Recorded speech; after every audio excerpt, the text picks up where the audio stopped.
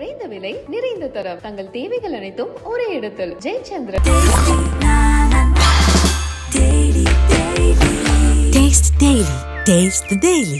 எல்லாமே நல்லா இருக்கும், எல்லாருக்கும் பிடிக்கும். சென்னை சில்க்ஸின் தரமான ஆடி, பெருமை மிக ஆடி. தாழ்த்தி வீழ்த்தப்பட்ட தமிழ் சமூகத்தின் ஓர்மை மேம்பாடு என்கிற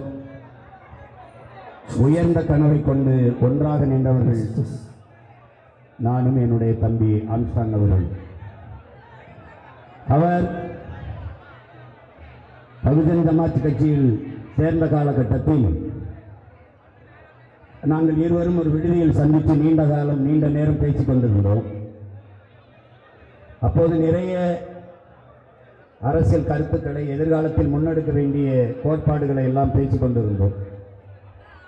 அதே நோக்கத்தோடு வெவ்வேறு தளங்களில் தொடர்ச்சியாக நாங்கள் இயங்கிக் கொண்டிருந்தோம். ஆனால் இப்படி ஒரு சூழல் வரும் என்று கொஞ்சமும் எதிர்பார்க்கவில்லை. இப்படி ஒரு தலைவன் உருவாகி வருவது என்பது வரலாற்றில் அரிதினும் அரிது. அதை எதிர்பார்ப்பையும் நம்பிக்கையும் கொடுத்த என் தம்பி இப்படி திடீரென்று நம்ம எல்லாம் விட்டு பிரிந்து செல்கிற நிலைமை உருவாகும் என்று நான் ஒருபோதும் நினைக்கவில்லை.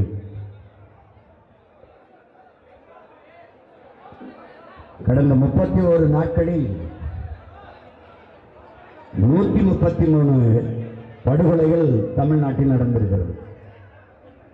தம்பி கொல்லப்பட்ட பிறகு அவன் ஒரு பெரிய தலைவராக இருந்தனால் பழிச்சென்று வெளியில் தெரிந்துவிட்டதை ஒழிய மீறி 132 மரணங்கள் யாருக்கும் தெரியல. நான் சொல்றது கள்ளச்சாராய சாவில்லை, படுகொலைகளை மட்டும் சொல்றேன்.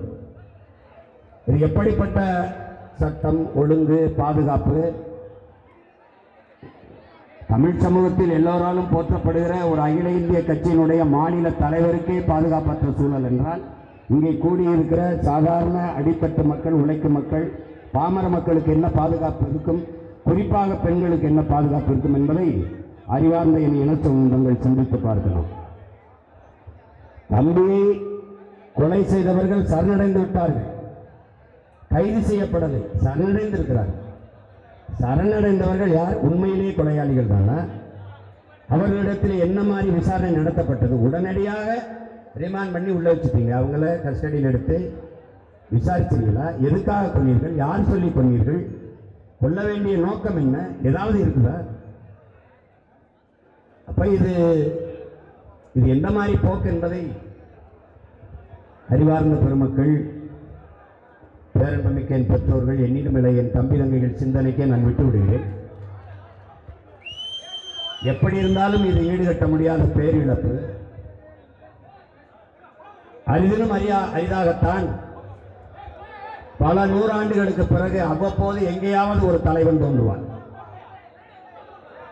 அப்படிப்பட்ட தலைவர்கள் வருகிற போது அந்த தலைவர்களை இழப்பது என்பது மிகப்பெரிய சரிவை, இழப்பை, வீழ்ச்சியை நமக்கு தந்துவிடும். வரலாறு எப்போதும் எந்த ஒரு தலைவனின் வருகைக்காகவும் காத்திருந்ததில்லை, காத்திருப்பதும் இல்லை.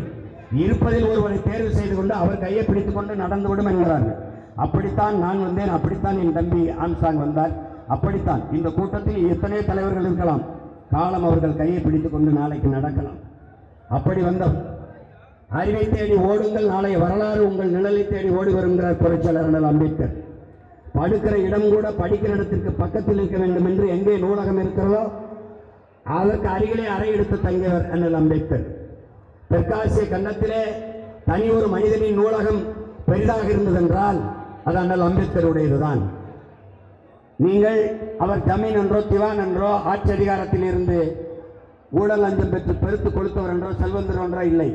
அவர் வாழ்க்கையில் அதிகமாக செலவு செய்தார் என்றால் புத்தகம் வாங்குவதற்குத்தான். ஒரு மனிதன் தன் வாழ்நாளில் 10,000 புத்தகங்களை படித்திருக்க வேண்டும். ஆனால் 64,000 புத்தகங்களை படித்த ஒரு மனிதன் இருக்கிறார் என்றால் புரட்சியாளர் அண்ணல் அம்பேத்கர் தான். ஆஸ்திரேலிய நாட்டிலே உலகின் ஆகச்சிறந்த கல்வியாளர் சிலையை திறக்கப் போகிறேன் என்று அந்த நாட்டின் பிரதமர் சிலையை திறக்கப் போனார்.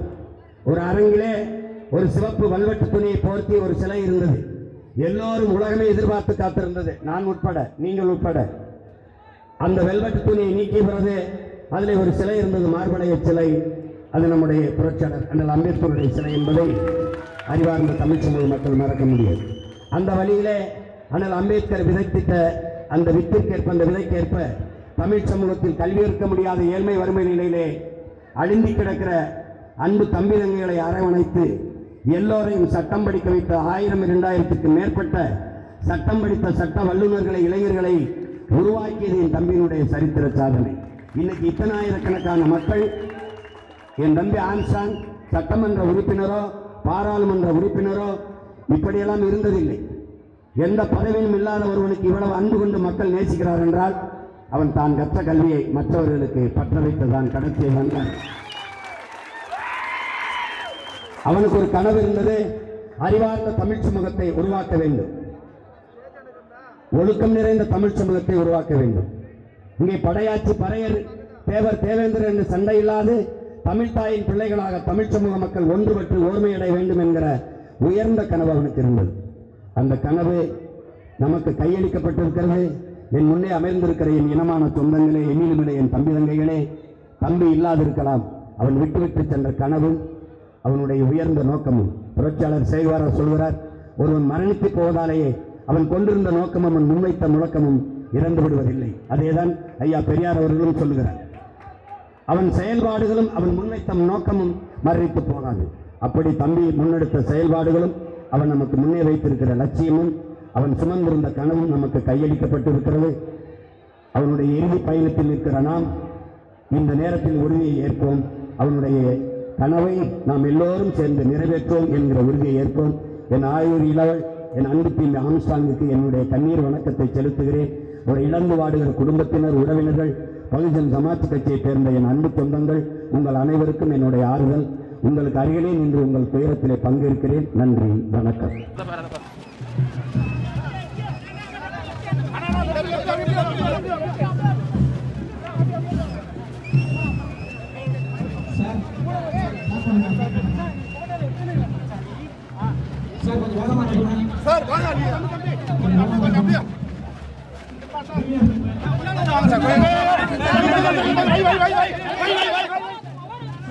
குறைந்த விலை நிறைந்த தரம் தங்கள் தேவைகள் அனைத்தும் ஒரே இடத்தில். ஜெயச்சந்திரன்.